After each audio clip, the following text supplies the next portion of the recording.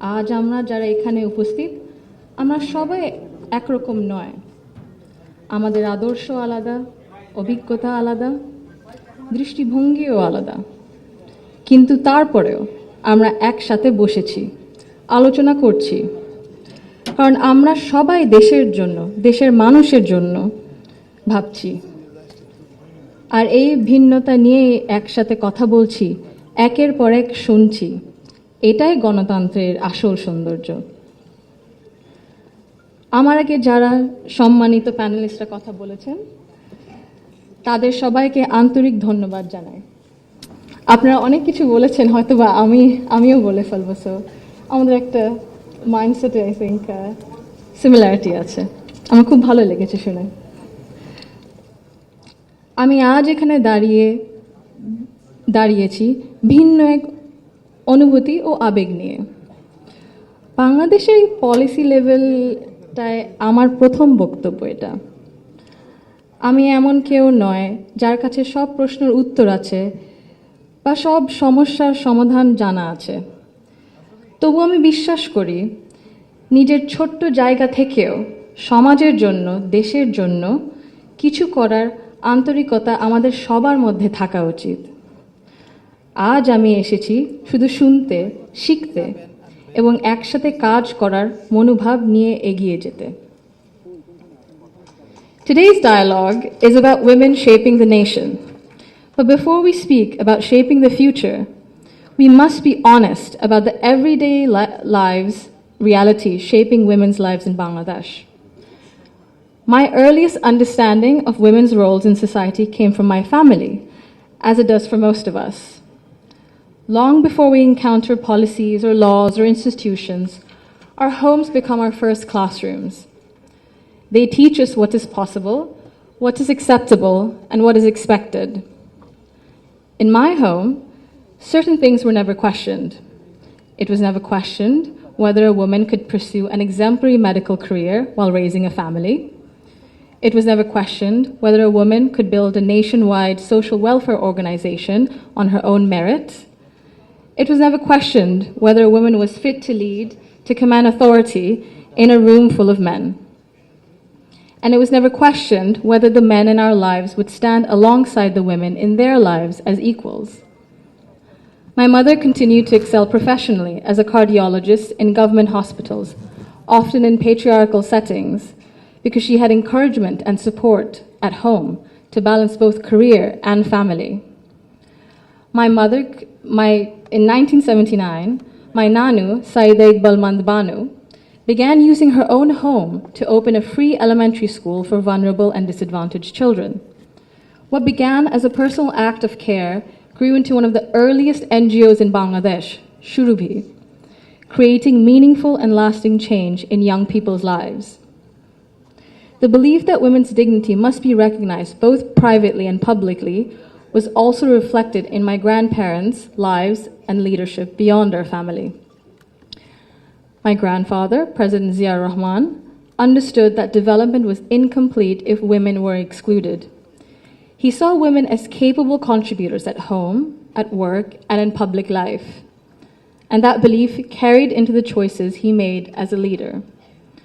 Under his leadership, the expansion of the garment sector meant millions of women entered formal work for the first time, gaining independence and income.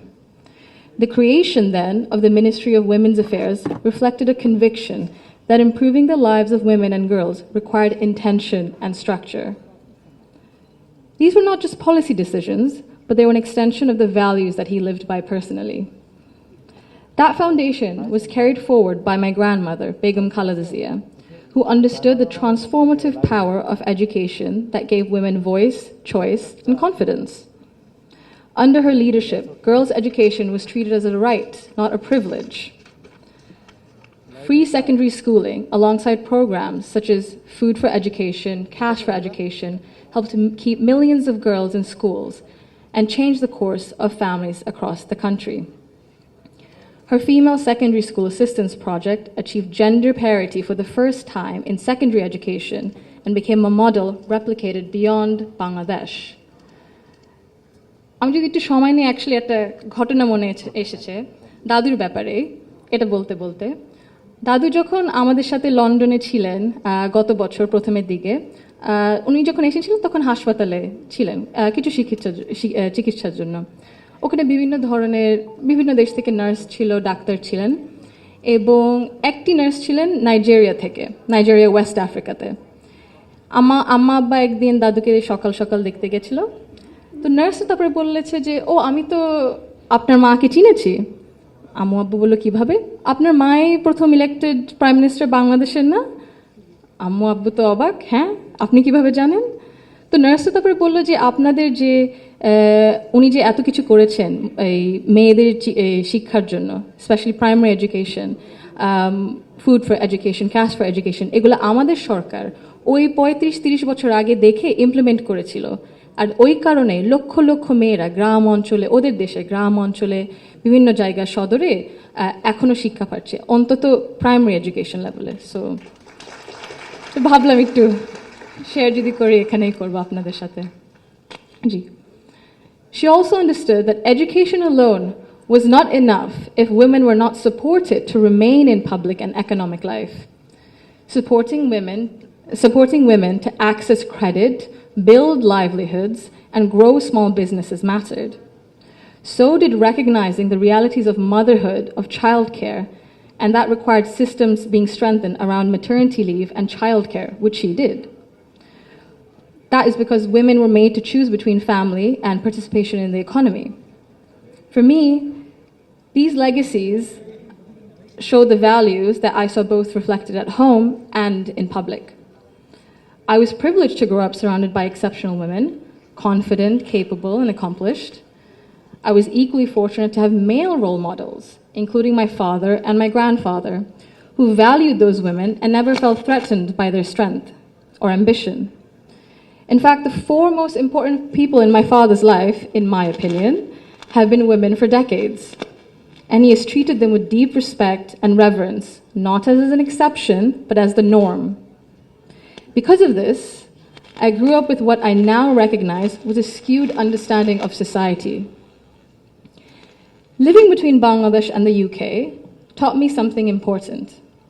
Policies and access alone do not create equality. You can expand education, pass laws, set national targets, but if social norms and daily expectations and mindsets remain unequal, empowerment remains fragile. This is not about overt discrimination. Inequality often survives through habit and comfort, through what feels normal. In Bangladesh, women still perform around 85% of unpaid household and care work, spending over 7 times as many hours as men on this labor each day. This work is valued at 19% of our GDP and remains largely invisible in economic planning and national decision-making.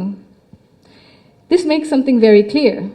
Gender equality is not a women's issue, it is an economic and national issue. When women carry the bulk of responsibility, their participation in the formal economy suffers. Despite significant gains in girls' education, women's labor force participation in Bangladesh remains below 40% compared to over 80% for men. Women are far more likely to step back from paid work after marriage or childbirth, not because they lack ability or ambition, but because systems assume they will absorb the cost. This imbalance begins early. Girls are expected to adjust their ambitions around family needs, while boys are rarely taught that responsibility and care are shared obligations. Over time, this became structural and progress stalls. Women are already leaders, and many of those leaders are in this room today. Women who have carried institutions, families, movements, and communities forward, generation after generation. Bangladesh's progress bears your fingerprints, even when history has not always said your name out loud.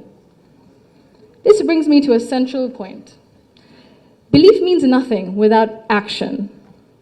To the men among us, our fathers, our brothers, our sons, our husbands, our colleagues and friends, your support for women's rights matters. Your celebration of women's success matters, but equality cannot survive on words alone. If systems and expectations continue to rely on women's sacrifice as the default, inequality continues comfortably. Fathers, in particular, I believe, have a unique role in breaking this cycle. I'm an only child, and I never was once made to feel that my parents wished for a son instead. My father once scolded someone for even asking that question. He understood that while I was treated with respect and care at home, the world outside would not always be the same. So he made sure that I could navigate it with confidence. What shaped me were not his speeches, but his consistency. Through his daily choices, he showed me what I should expect from the world.